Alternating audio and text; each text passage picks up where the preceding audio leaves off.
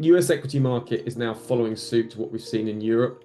Heavy selling we saw on Wednesday, that was on debt, US deficit concerns, really worrying US markets, and big weakness in the US 20-year bond auction last night.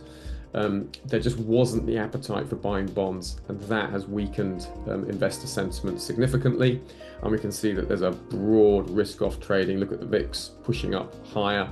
That's being seen in the equity space. Also, bond yields pushing higher, and they're pushing higher for a bad reason.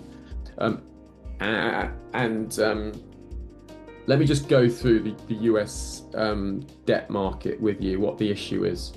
If you look at this credit rating downgrade we had from Moody's, they downgraded middle of this month from AAA to AA1 rating following Fitch ratings from 2023 and Standard & Poor's downgrade in 2011.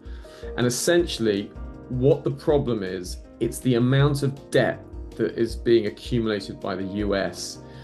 And there's this broader narrative that's been developed, particularly with Donald Trump's tariff approach to global trade, which is a growing concern over exactly what role the US is going to be playing in terms of global trade and whether it's a place you want to have your assets.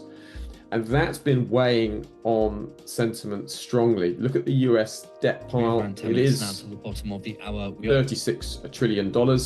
And it's been increasing. And the debt to GDP is 124% of the country's gross domestic product. That is the debt to GDP ratio, and that is significantly high. And part of the reason for the downgrade, Moody's downgrade, was this expectation that debt's going to increase to 134% of GDP by 2035. So debt's just getting more and more and more.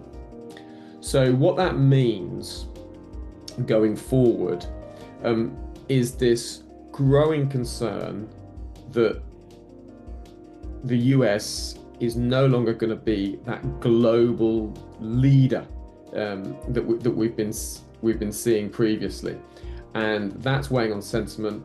And you can see equity futures markets moving lower, volatility pushing higher, and that narrative is really building.